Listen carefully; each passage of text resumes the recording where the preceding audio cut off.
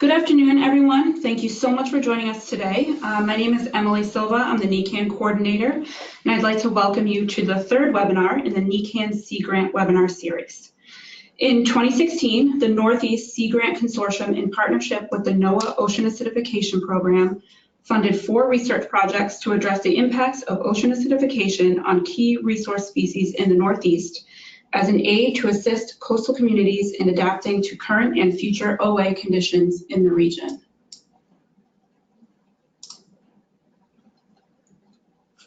The research and observational priorities defined in publication of a NECAN paper in Oceanography magazine, Ocean and Coastal Acidification off New England and Nova Scotia, were used in the 2016 request for proposals. 4 projects were chosen and funded in Connecticut, Maine, and New York, and each of these webinars will focus on one of these projects, their successes, challenges, and results.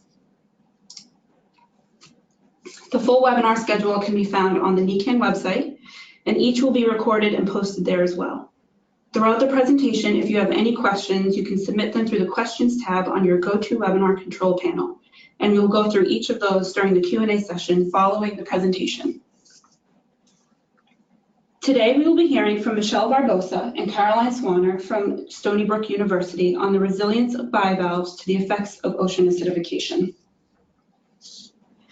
Michelle has worked with Dr. Bassem Alam on various projects dealing with host pathogen interactions in bivalves, including research targeting the identification of genetic markers associated with clam resistance to QPX and molecular processes involved in the survival of intracellular parasites in oyster blood cells. After completing her BS in spring 2017 at Stony Brook University, she continued as an MS student where she is currently interested in understanding the mechanisms underlying acclimation and adaptation processes to ocean acidification in oysters. Caroline is a 4th-year PhD student at Stony Brook University, also working with Dr. Bassem Alam. She has a BS from Emory University and a master's in environmental management from Duke University. Caroline is interested in understanding how environmental stress in general and ocean acidification in particular affects bivalve physiological processes. She's particularly intrigued by trade-offs between different physiological functions in clams and oysters in the face of ocean acidification. She has the Mid-Atlantic Ocean, Coastal, and Estuarine Acidification Graduate Research Fellowship for her current project focused on identifying molecular markers associated with resilience to ocean acidification in the eastern oyster and the northern quahog. With that, I'm going to hand things over to Michelle and Caroline, and they can take you through their presentation.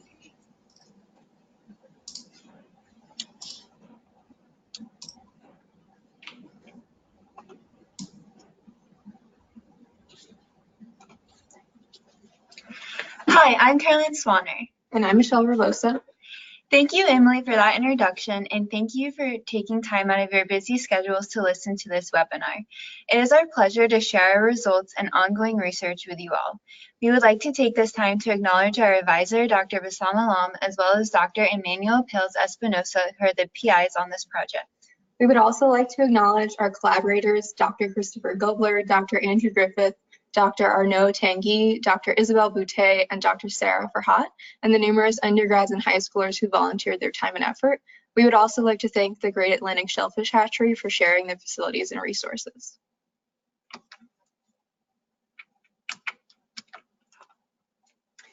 We are part of the Marine Animal Disease Lab at Stony Brook University's School of Marine and Atmospheric Sciences. The lab has many ongoing research projects encompassing areas such as shellfish ecology, physiology, shellfish adaptation to climate change, and pathology and immunology. We also provide diagnostic services, teaching and training opportunities, and are committed to outreach. We are focusing on 2 commercially important bivalves, Crassostrea virginica, or the eastern oyster, and Mercenaria or the hard clam.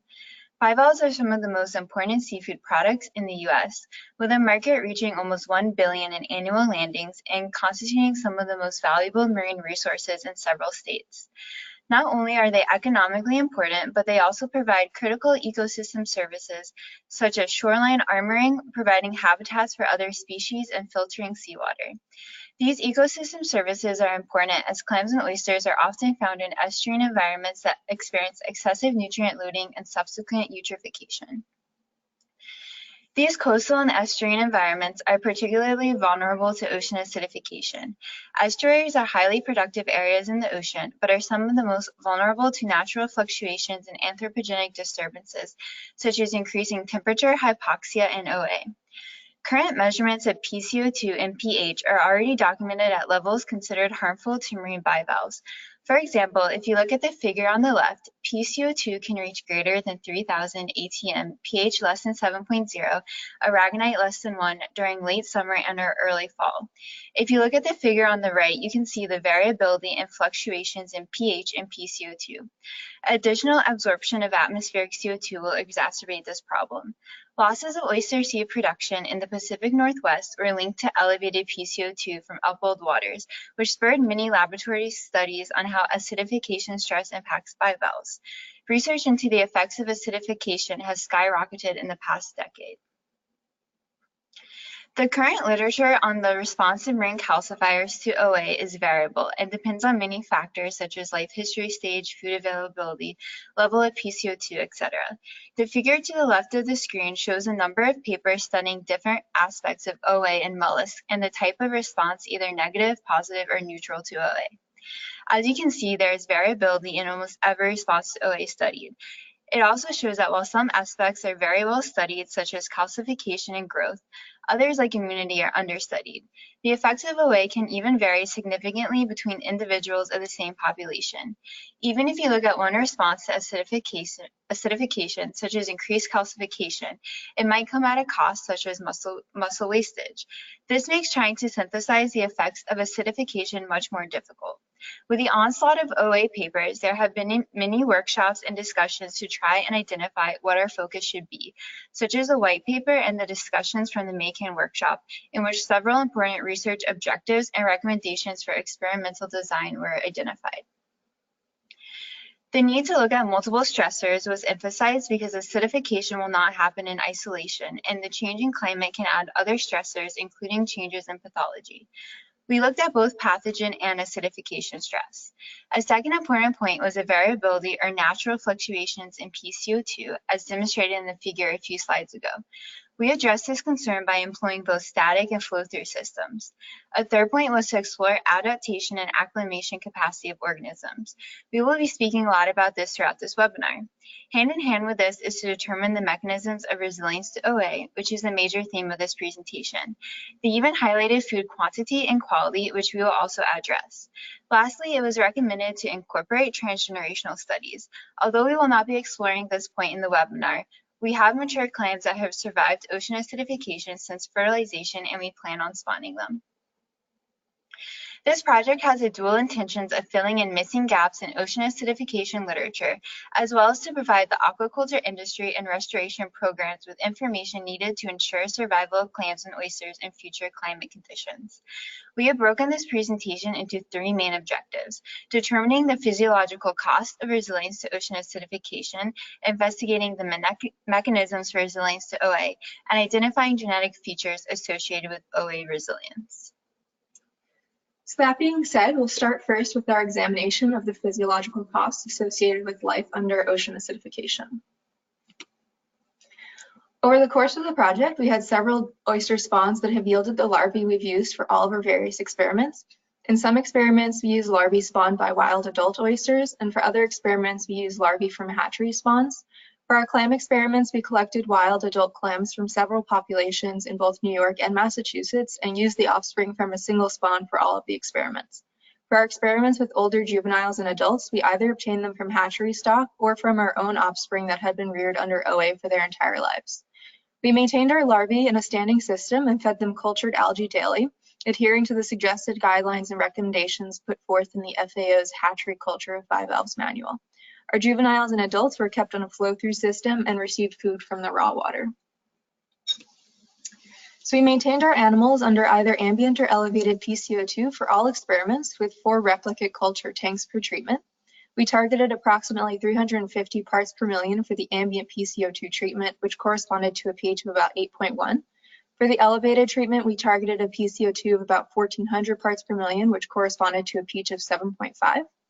As we mentioned in the previous slide, we held our larvae in standing systems in which we bubbled in either ambient air or CO2 mixed with air for the appropriate treatment.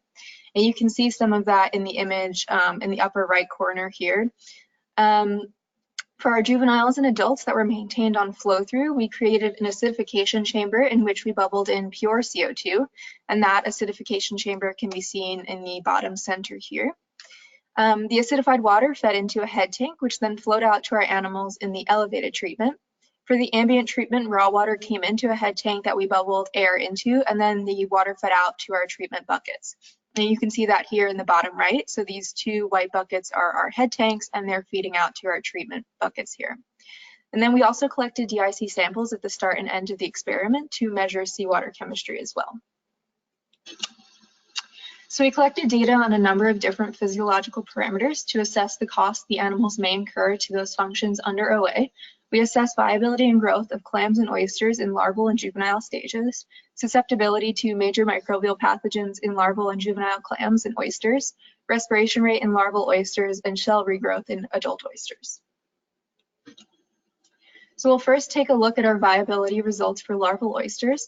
In the image on the left, you can see that dead animals were identified based on empty shells or a lack of ciliary movement. In the figure, we're presenting percent survival of larval oysters under either ambient or elevated CO2. As you can see, the oysters under elevated CO2 exhibited lower survival than those under ambient CO2 at each time point. However, only the first time point is significant, and that's denoted here by the asterisk. And for the following days, we're just actually seeing a trend instead. And this is also a trend seen amongst other larval stages of most other species as well. So now we can take a look at growth of our larval oysters with length expressed here in micrometers and significant differences between treatments and within a time point represented by asterisks. Here we see some interesting results. So in the first 24 and 48 hours of life, oysters under elevated CO2 are significantly smaller than those under ambient CO2. However, that trend reverses at 5 and 7 days old, and the oysters under elevated CO2 are actually significantly larger than those under ambient CO2. You may be able to see that the animals appear to get smaller as they get older before getting larger again, and we believe that some selection event may have eliminated the largest size class, leaving smaller oysters alive after approximately 5 days, when the animals then began to get larger as expected. So I'm mentioning this because it could be affecting the results of the trend in sizes demonstrated here, but nevertheless, these results could suggest that survival under OA is coming at a cost of growth, at least within the first 24 hours of life. And again, this is a trend seen amongst other bivalve species as well. Similarly to larval oysters, we saw significant differences in length 5 days post-fertilization. Larval clams reared under elevated PCO2 are significantly greater in size than those under ambient PCO2. Larval clams continued to grow until they were sitting on a 300 micron sieve. At this point, they began to settle out of the water column and began the process of metamorphosis. After settling in metamorphosis, average size of the clams in each replicate in each treatment was recorded. We measured both height and width. Unlike larvae, both 1 month and 2 month old clams are smaller in height and width from the elevated treatment. This trend in smaller sizes of clams in the elevated treatment is still reflected in the current survivors. Another potential trade-off for survival under stressful environmental conditions is immune functioning. Tolerance and resistance to disease requires specific allocation of resources and are energetically costly. Animals experiencing the stress of acidification may reallocate energy between immune functioning and other physiological processes. Host immunity is the first line of defense and can be strongly influenced by environmental factors. Climate-mediated physiological stressors can decrease a host's resistance to disease and increase their susceptibility to opportunistic infection. We specifically focused on changes in immune performances, measured as alterations of resistance towards opportunistic Vibrio species. Larvae were transferred to experimental cups holding seawater maintaining PCO2 treatments via bubbling either air or air mixed with CO2. Each PCO2 treatment had 8 replicates, with half or 4 replicates receiving a cocktail of known pathogenic bacteria, including Vibrio tubeaceae, Vibrio coriolyticus, Vibrio splendidus, and Legionella angularum. Mortality was assessed, as was mentioned before, by empty or full shells and ciliary movement under a light microscope. As you can see in both larval clams and oysters, the greatest mortality were in larvae from elevated PCO2 conditions that were challenged with bacteria. The different letters denote significant differences. After larvae settled and metamorphosized, we conducted a second pathogen challenge. Using larvae that have been continuously reared in experimental conditions allowed us to see the possible carryover effects. The transformation from planktonic to benthic organisms is one of the most energetically costly processes in the life history of an organism. Differences in survival post-metamorphosis can be linked to energy reserves from larval stages, so stressors encountered by larvae that are metabolically demanding can affect future performance. Immediately after settling, juvenile clams were exposed to a higher inoculation of bacteria, which was based on previous trials, and we found similar trends as in the clam larvae. The greatest mortality was in bacterial treatment, specifically the clams that have been reared in elevated PCO2 and exposed to bacteria. Our juvenile oyster experiment was slightly different. It was conducted on 5-month-old oysters and lasted 2 months. Mortality across the board was extremely low, and we challenged the oysters with the Vibrio cocktail and an additional strain of Roseovarus Crassostrea, which is what causes juvenile oyster disease. Although the greatest mortality was indeed in oysters reared in elevated PCO2 and exposed to bacteria, there is no significant differences between treatments. The figure on the right, or the 5-month-old oysters, has a different y-axis than the figure on the left, or the 1-month-old clams. The differences in mortality between clams and oysters could be that the oysters that survived metamorphosis were selected and were more tolerant to OA, or they had acclimated to OA by the end of the 5 months of exposure, or the oysters were too old and were not as vulnerable to the pathogens. We saw that immunity could be a cost of resilience to acidification. Since there is a decrease in this physiological process, it might mean there is a higher cost for maintaining growth in other homeostatic processes. To get a deeper understanding, we wanted to look at respiration rate, an important factor in understanding energy usage in organisms. Using the microrespirometer, 2-week-old larval respiration rates were recorded. Under elevated PCO2, oyster larval respiration rates increased significantly when compared to those under control conditions. An increase in metabolic rates with a decrease in other physiological processes such as immunity shows a higher cost for maintaining growth in homeostatic processes. We will discuss more about energy allocation as a mechanism in part 2.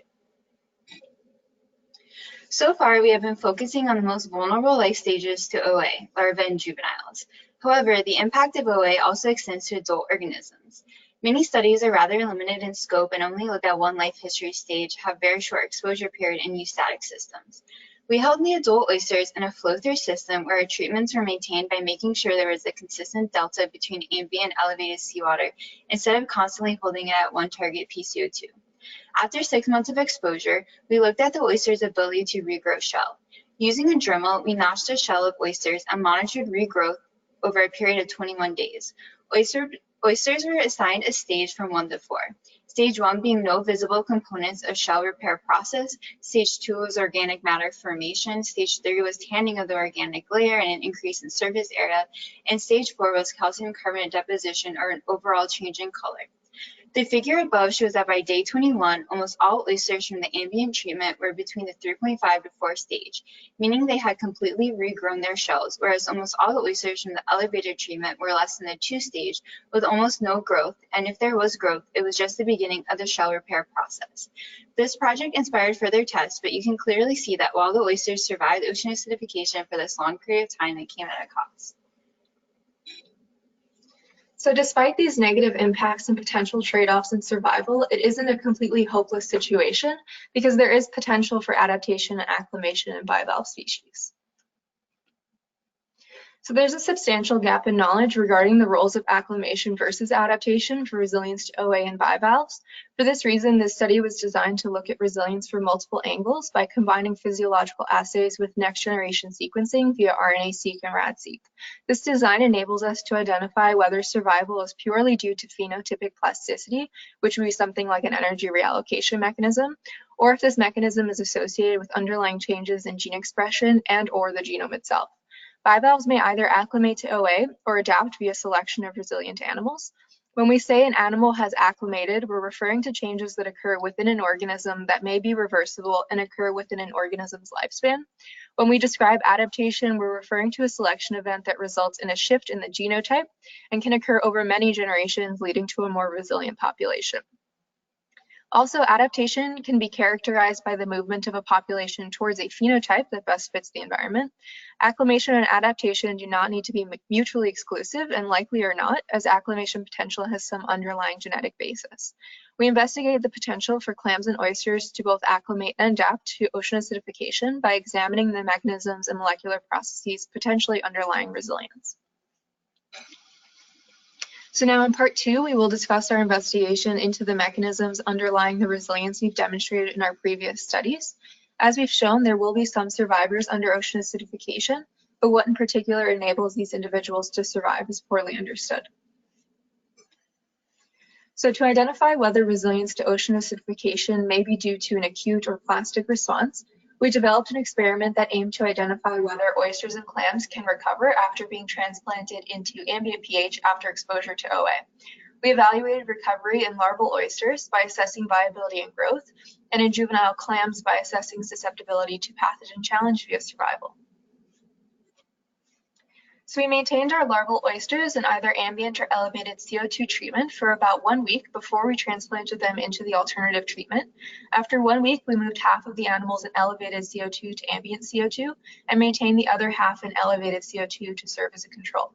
We did the same for animals in the ambient CO2 by moving half to elevated CO2 and keeping the other half in ambient CO2. Then we left the animals in the new treatment for about another week before assessing viability and growth. So looking first at viability, you can see that the animals transplanted from ambient to elevated CO2, which is the second bar from the left, had significantly higher mortality than those that remained in ambient CO2, which was expected based on our previous results. But interestingly, the larvae transplanted from elevated to ambient CO2 had significantly lower percent mortality than those that remained in the elevated CO2 and had near equal levels of mortality compared to the control ambient oysters. These results suggest that there is some mechanism operating on a short timescale that is underlying the resilience in these animals, as they can recover once transplanted to normal pH conditions. Looking now at growth, we see once again that these animals are able to recover in terms of growth following transplantation as well. So here the animals transplanted from elevated to ambient CO2 were significantly larger than those that remained in the elevated CO2, and the larvae that were transplanted to elevated CO2 from ambient were significantly smaller than those that remained in the ambient CO2. Again, this is demonstrating that for larval oysters, resilience to OA is partly due to acclimation and that animals can recover to an extent. We performed a cross on juvenile clams that have been reared in either ambient PCO2 or elevated PCO2 for a full year. This cross lasted 6 weeks and pathogen exposure was an additional week. As you can see, the greatest mortality was in clams transferred from ambient PCO2 to elevated PCO2. Clams transferred from elevated PCO2 to ambient PCO2 did the same as clams that were reared in elevated PCO2 and stayed in elevated conditions, and those clams had less mortality than clams in ambient conditions. This could potentially be showing that clams that survived a year in OA were selected for the healthier clams, or it could show that they were selected for broader pH tolerance. Another potential explanation could be that clams in elevated conditions were able to acclimate to elevated conditions over the period of a year, but the 6 weeks was not enough time for the ambient clams to acclimate. So another mechanism that's proposed to be behind the resilience mollusks exhibit under OA is an energy allocation mechanism. We can relate this back to the first result when we examined changes in respiration rate under OA and found that rates increased, which suggests higher metabolic rates and a higher demand for energy. Under this energy allocation hypothesis, animals must allocate energy towards the processes required for surviving OA stress, which results in less energy for other processes and significant costs to normal physiological function. If food availability were high, animals may tolerate the stress better than animals under food-limiting conditions, where animals may be energy limited. This has been demonstrated by work done in other species, but is relatively unstudied in the eastern oyster. So to this extent, we aim to identify whether there is some energy allocation mechanism in the eastern oyster that is enabling their survival under OA. To do this, we designed an experiment looking at the effect of food limitation on survival of larval and juvenile stage eastern oysters exposed to acidified conditions. We designed the larval food limitation experiment to have two different food conditions, a high food and a low food condition. Under high food, larvae were given 100% of the recommended daily number of algal cells per larva.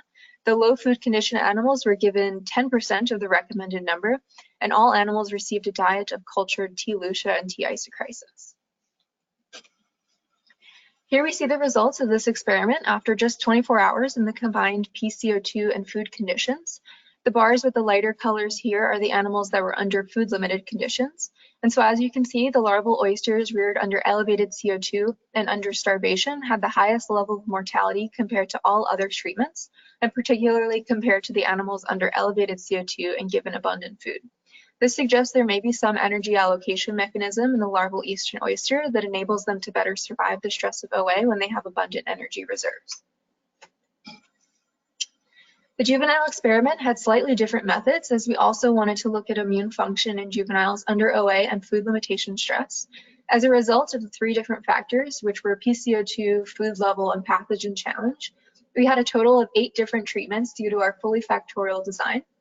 So we exposed the animals to each of the different treatments in a separate phase so that animals could acclimate before assessing results at the end of the experiment. In phase 1, animals were sized after collecting them from the hatchery and then acclimated to the appropriate pH treatments, as they had only ever been exposed to ambient PCO2 conditions in the hatchery. After the 7-day acclimation to pH, the animals were then split into either a fed or starved treatment. Fed animals were given commercial shellfish diet ad libitum, and starved animals received no food during the duration of the experiment. For our juveniles, we decided to go with a completely starved condition, as we suspected the juveniles were a bit more robust to the effects of starvation than our larvae would have been. So after phase 2, we began phase 3, in which we divided the animals into either control or bacteria-exposed treatments. Animals under pathogen challenge were exposed to Roseovarius Crassostrea, which again is the etiological agent of Roseovarius oyster disease, formerly known as juvenile oyster disease or JOD. So due to the design of the experiment, we assessed viability at the end of the total experiment. Because of that, viability for all 8 treatments is shown here.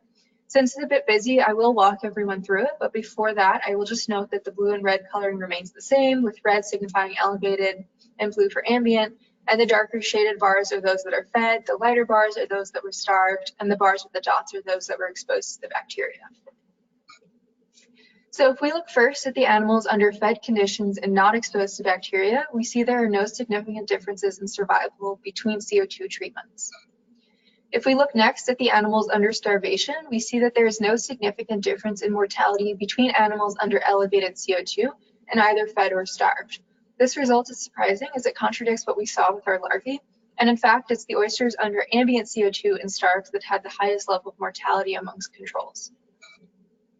If we look next at our animals exposed to bacteria, we see there are no significant differences in mortality in our fed animals exposed to bacteria versus the controls. However, if we look at the 2 starved treatments exposed to bacteria, we see that animals under both ambient and elevated PCO2 had significantly higher mortality than all other treatments, but it's actually the animals under ambient CO2 again that had the highest level of mortality. This trend is again surprising compared to the results we saw with larvae and suggests juveniles may be more robust to the effects of OA. Bivalves are suspension-feeding animals, and they are bombarded with a wide variety of suspended material, including non-nutritive material and debris. Instead of bulk ingesting particles, they have a mechanism to enhance nutritive value and optimize energy gain. It has been shown that they are able to discriminate among particles. They can selectively ingest specific microalgae among a mix of several species, including those that have similar size and shape, so that they are ingesting the most nutritious food. Knowing that bivalves can select for more nutritious microalgae, we wanted to see if animals under acidification stress were more selective than those in ambient seawater. Can they select for more nutritious algae and optimize energy gain? We took 2 different species of microalgae, Chlamydomonas, or green algae, and Rhodomonas lens, or red algae, grew them to the same concentration of algal cells, made a mixture of 50% of each, and fed oysters in ambient and acidified seawater a diet of the two algae. After the oysters finished filtering, we collected pseudofeces. You can see the differences between the pseudofeces and feces in the photos. Pseudofeces contain the rejected or not ingested microalgae. Pseudofeces were collected, and using the flow cytometer, the proportion of each algae in the pseudofeces was calculated. For both oysters in the elevated and ambient seawater, Rhodomonas lens was rejected, so there was a greater percentage of this algae in the pseudofeces, meaning they preferentially selected Chlamydomonas.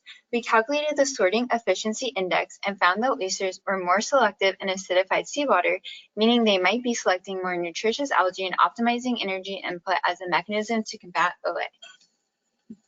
So we saw, based on our investigation in part 2, that under exposure to ocean acidification, animals are able to acclimate to an extent, and that there are physiological mechanisms that mitigate the effects of OA to their systems. These mechanisms likely have underlying processes with specific molecular features that we can identify as encoding resilience to ocean acidification. In order to further understand what is driving resilience, we also investigated those molecular processes, like changes in gene expression or selection at the genomic level, that underlie resilience and the mechanisms observed earlier. Both clams and oysters are found in highly variable environments, which represent a major source of genetic diversity where individuals within a single population possess adaptive genetic alleles for a wide variety of environments. This genetic richness or natural genetic variation has been shown to represent a major driver for resilience in marine species against environmental alterations. The evolution of resilience to climate-related stressors depends on the standing stock of genetic variation. There have been studies on the purple sea urchin in the California current upwelling system. Like oysters and clams, purple sea urchins have calcium carbonate skeletons, and they have evolved in a spatial and temporal mosaic of carbonate chemistry. They found that living in these fluctuating environments provided the purple sea urchin with a reservoir of genetic variation that can respond to acidification during larval development and buffer some of the negative consequences of low pH.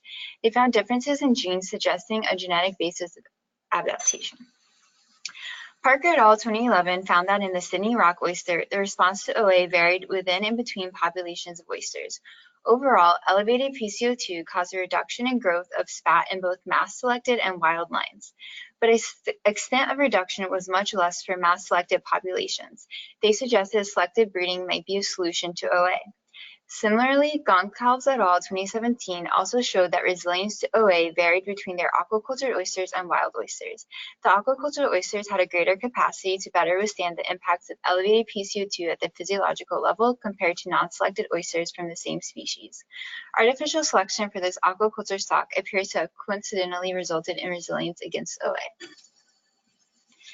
Variations in carbonate chemistry of seawater can induce physiological changes that require alterations in gene expression. Gene expression analyses can be used to understand mechanisms underlying the impacts and resilience to OA. It has been suggested that marine organisms can differentially regulate gene expression as a compensatory response to acidification.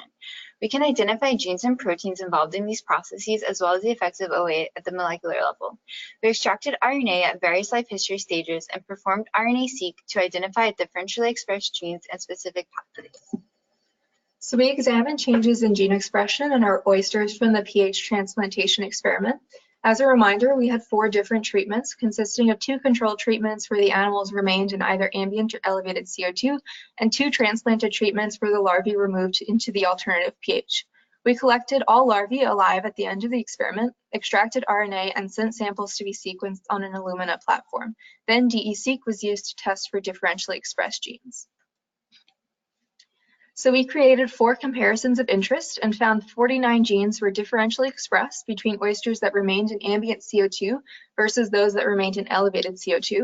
We found 6 differentially expressed genes, or DEGs, between animals that remained in ambient CO2 versus those transplanted from ambient to elevated. 8 DEGs between animals that remained in elevated CO2 versus those that were transplanted to ambient CO2, and 1 DEG between the 2 transplanted treatments.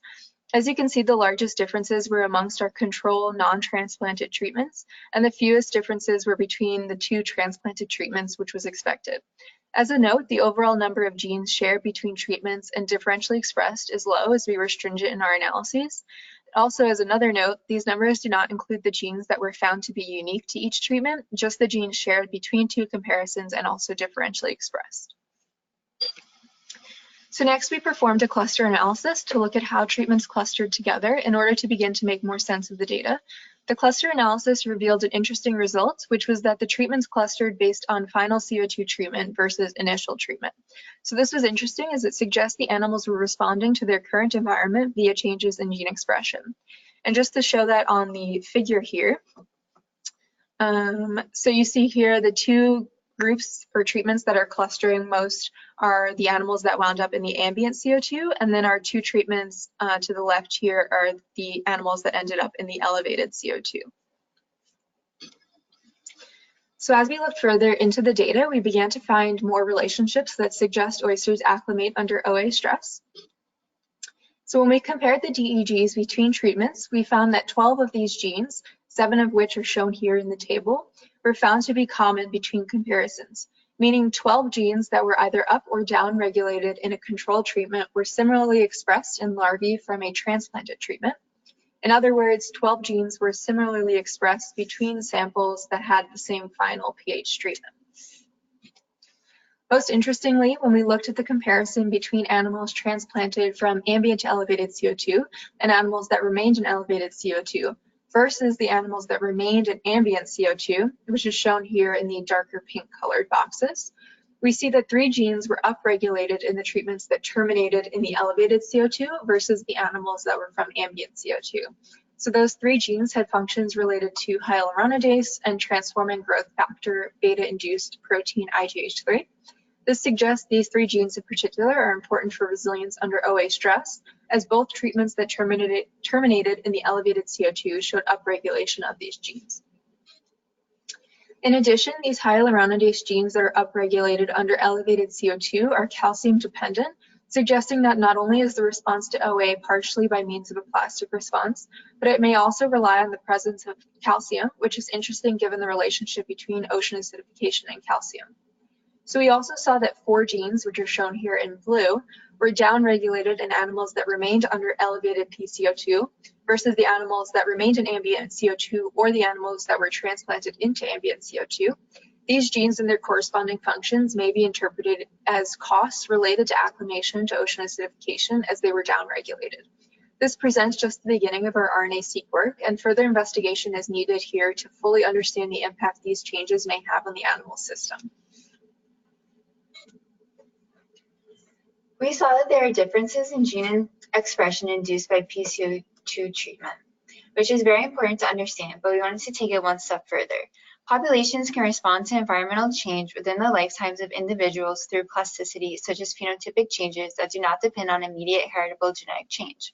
However, plasticity is often associated with fitness costs.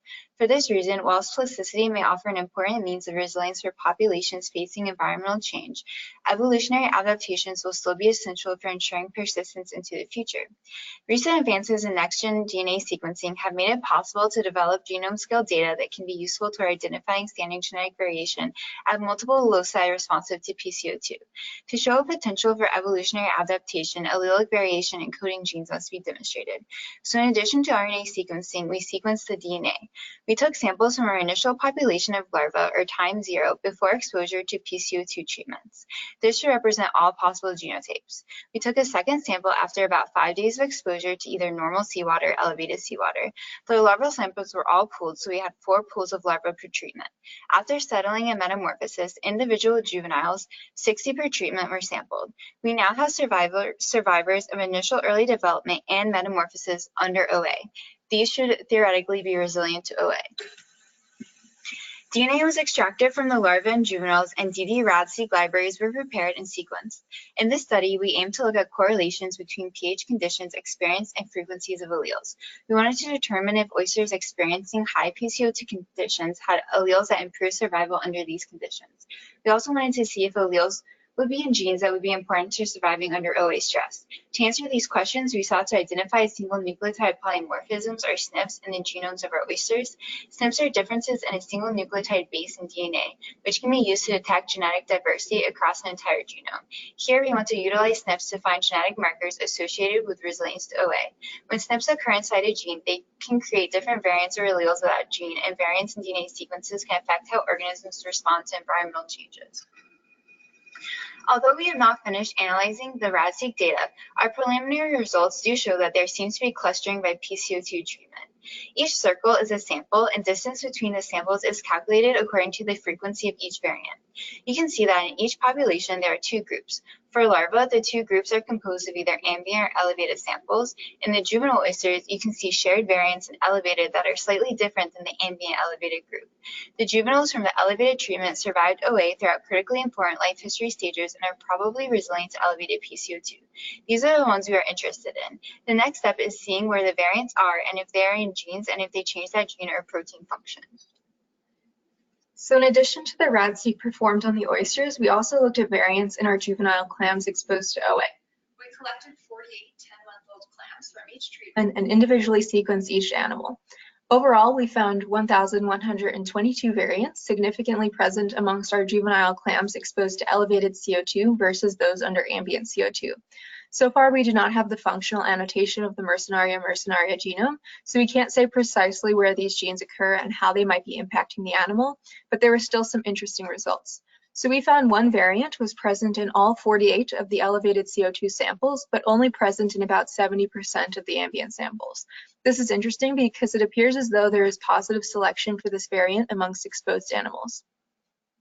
In addition, there were 43 variants that were present amongst almost all, or more than 90% of the elevated CO2 clams, versus less than 70% of the ambient clam samples. Then we also found about 100 variants that were not found in any ambient samples, but were found in about 25% of the elevated clam samples. These 100 variants I just mentioned are particularly interesting because they appear to be unique to animals under ocean acidification. As a whole, the groups of variants that I just described are the most promising variants to investigate, and they will be the first we look into once we can determine the functional role of the genes. We suspect that, like the results published in the literature for many other species, that these genes will be related to biomineralization and calcification. You can see from the photo on the screen that our clams under acidification were morphologically distinct from ambient clams, and so we suspect these variants may be related in some way. We conducted an extensive literature review of differentially expressed genes and proteins, specifically focusing on those that were upregulated in many different species and life history stages exposed to OA. One prime candidate was carbonic anhydrase. This enzyme catalyzes the hydration reaction of CO2 into bicarbonate and protons. It is involved in ion transport, acid-base regulation, respiration, and calcification. Wang showed in C. gigas that carbonic anhydrase was upregulated in many different tissue types during exposure to OA, as seen in the figure. Similar results were found in other bivalves as well as corals and algae under acidification. We can use a commercially available chemical that inhibits the carbonic anhydrase reaction. Acetazolamide is a reversible inhibitor of the carbonic anhydrase enzyme, so if increasing carbonic anhydrase under OA stress is a mechanism for resilience, we wanted to see what would happen if we got rid of this function. We repeated the shell regrowth experiment presented earlier, but instead of having two treatments, we had an additional treatment, carbonic anhydrase inhibition. Acetazolamide was injected into the adductor muscle through a man-made injection site in the shell. Not surprisingly, the least amount of shell regrowth or repair were in the oysters in the elevated treatment that received the injection of acetazolamide. The regrowth was significantly less than both ambient oysters with and without the inhibition. To validate the studies describing the upregulation of carbonic anhydrase-associated genes under ocean acidification, we measured carbonic anhydrase enzyme activity in mantle tissue taken from the notch site that was used for regrowth in our adult oysters.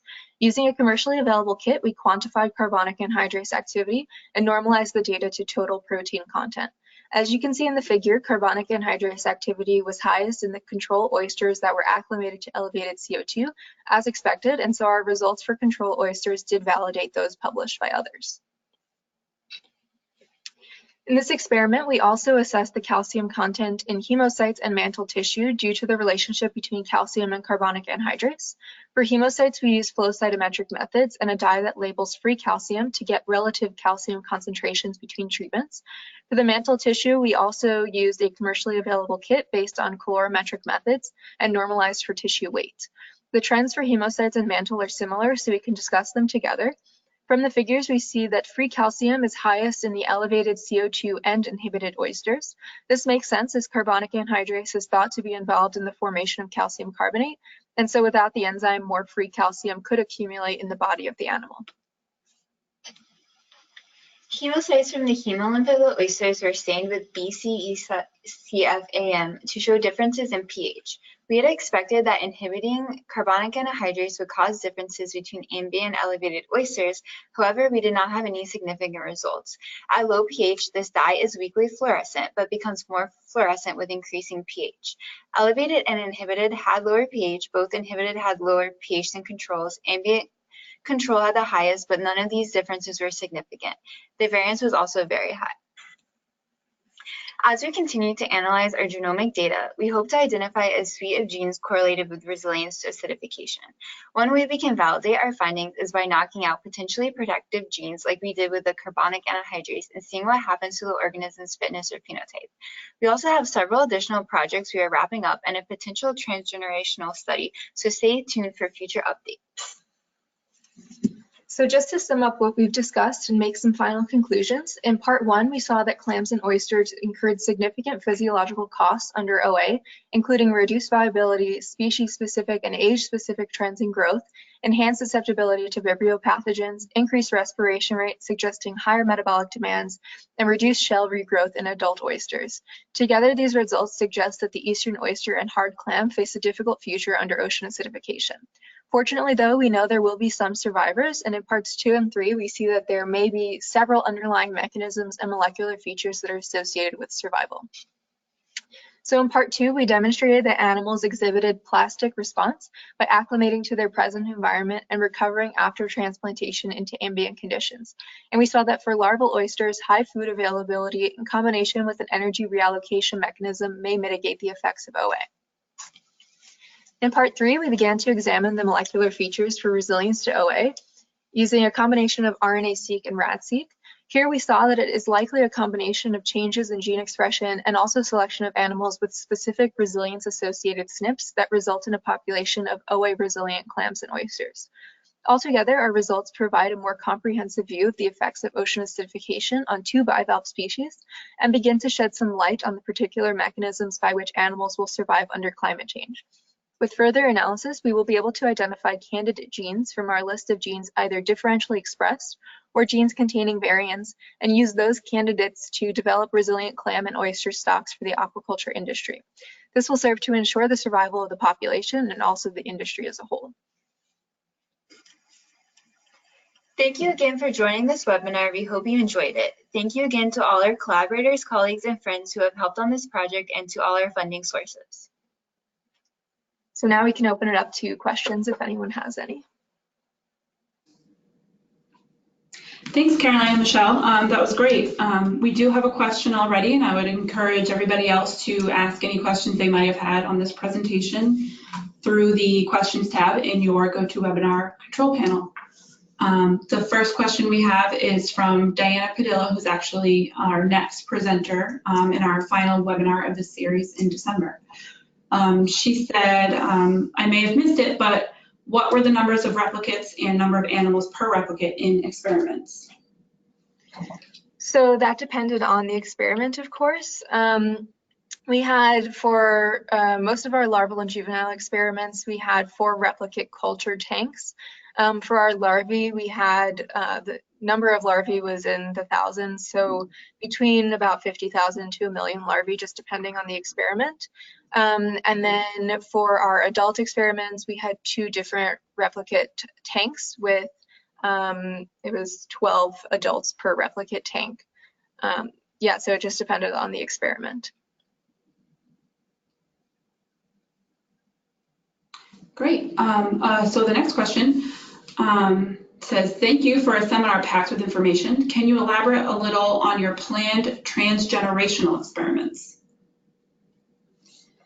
Well, basically, we didn't cull any of our animals, and so we have both clams and oysters that are, I guess, now almost 4 years old for the clams and over a year old for the oysters.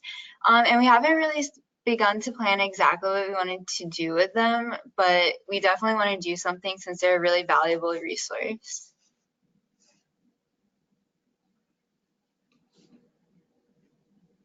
Okay.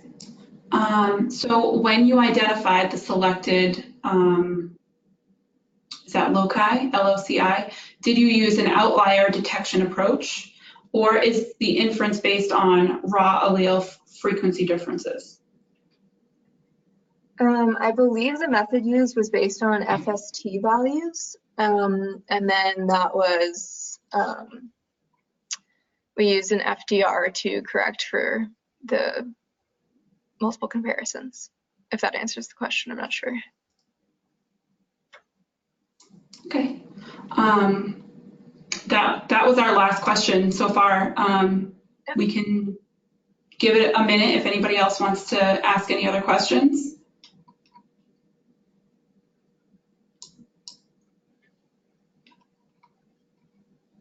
Yep, we just got one more.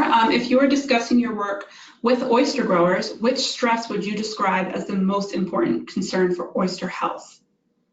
Disease resistance, shell regrowth rate, etc. I would definitely identify the enhanced susceptibility to pathogens to be the most impactful for these organisms, because the animals at a very young age are very susceptible, and so you can lose a significant portion of your stock just within a week or so. So most of our exposure to bacterial pathogens occurred when the animals were less than a few days old, or they were maybe 5 days old, and then we saw large amounts of mortality just within 2 or 3 days. So I would definitely consider that to be the biggest sort of concern for animals under ocean acidification, for certain.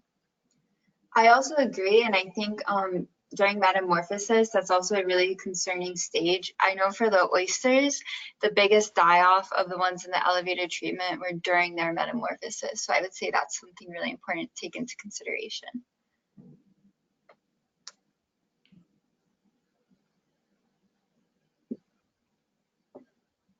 Okay, so that was our last question. I'm gonna transfer this presentation back to my screen. There we go. And so that concludes our webinar for today.